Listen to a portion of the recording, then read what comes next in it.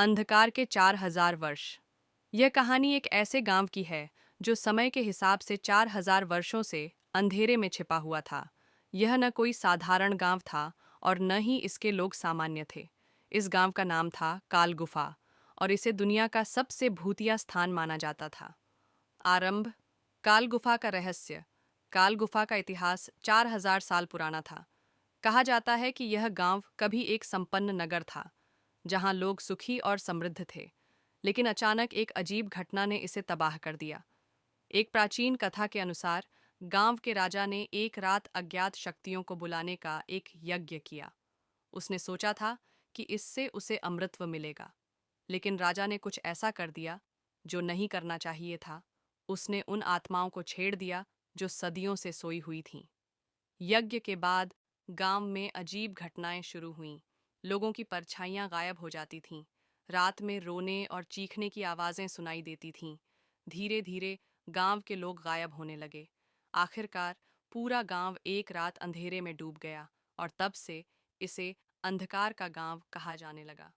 एक नई शुरुआत। वर्तमान समय में चार दोस्तों ने इस गांव के रहस्य को जानने का फैसला किया। ये दोस्त थे: अर्जुन, एक इतिहासकार जिसे प्राचीन रहस्यों में रुचि थी; रिया, एक विज्ञान की छात्रा जो किसी भी चीज को तर्क से समझती थी; विक्रम, एक साहसी युवा जिसे खतरे से खेलने का शौक था; सिया, एक पत्रकार जो अजीब घटनाओं को रिकॉर्ड करती थी। इन चारों ने सुना था कि काल गुफा के पास जो भी गया वह कभी वापस नहीं आया, लेकिन उनकी जिज्ञासा ने उन्हें उस गांव की ओर खींच लिया। काल गुफा की ओर यात्रा। गांव तक पहुंचने के लिए उन्हें जंगलों और पहाड़ों से गुजरना पड़ा। रास्ते में उन्हें कई लोगों ने चेतावनी दी, वहां मत जाओ, वहां सिर्फ मौत है। जो भी गया उसकी आत्मा वहां फंस गई।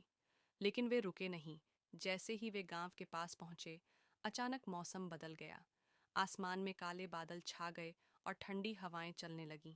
गांव में घुसते ही उन्होंने महसूस किया कि यहाँ कुछ अजीब था। हर जगह अजीब सी खामोशी थी।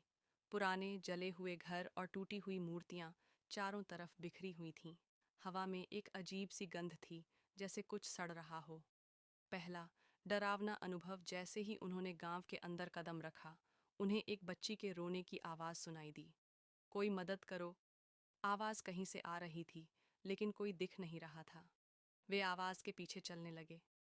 अचानक रिया ने महसूस किया कि कोई उसका कंधा पकड़ रहा है। उसने मुड़कर देखा, लेकिन वहां कोई नहीं था। तभी अर्जुन ने देखा कि एक पुरानी हवेली के दरवाजे पर किसी का साया था। वह साया उन्हें अंदर आने का इशारा कर रहा था। हवेली में छुपा डर।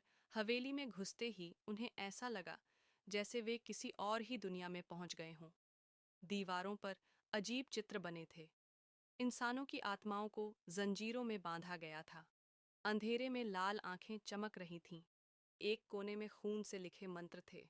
जैसे ही वे हवेली की सीढ़ियां चढ़ने लगे, उन्हें एक लड़की की परछाई दिखी। वह सीढ़ियों के ऊपर खड़ी थी, लेकिन उसका चेहरा नहीं दिख रहा था। लड़की ने धीरे से कहा, तुम लोगों ने यहाँ आकर बड़ी गलती की है। अब तुम कभी वापस नहीं जा पाओगे। रहस्य का खुलासा। अर्जुन ने प्राचीन शिलालेखों को पढ़ा और पता लगाया कि इस गांव में 4000 साल पहले आत्माओं का कैद खाना बनाया गया था।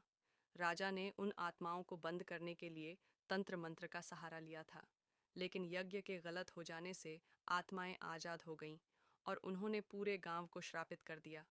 अब ये आत्माएं हर किसी को अपने साथ जोड़ लेती थीं। असली डर का सामना। हवेली के अंदर से निकलने का कोई रास्ता नहीं था।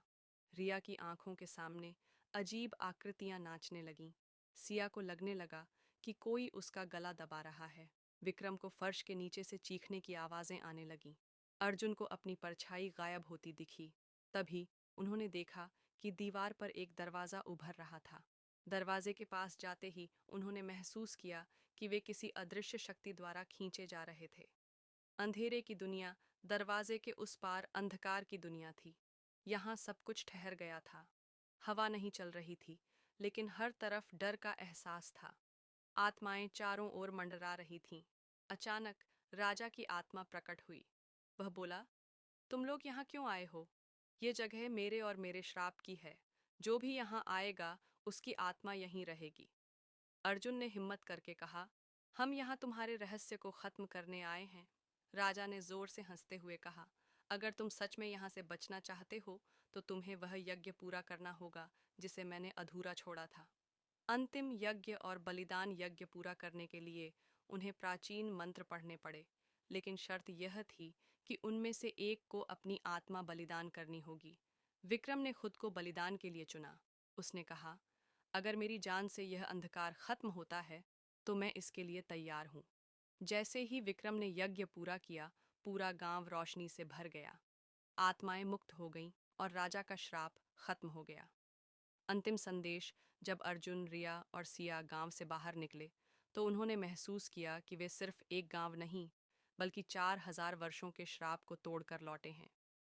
यह कहानी हमें सिखाती है कि साहस, बलिदान और एकता 4000 वर्षों का श्राप। एक अनसुनी हॉरर कहानी, प्राचीन नगरी का रहस्य।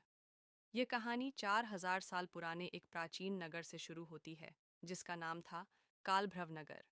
इस नगर की खूबसूरती का कोई मुकाबला नहीं था। ऊंचे महल, शानदार मंदिर और नदियों के किनारे बसे इस नगर में हर तरफ समृद्धि और शांति थी।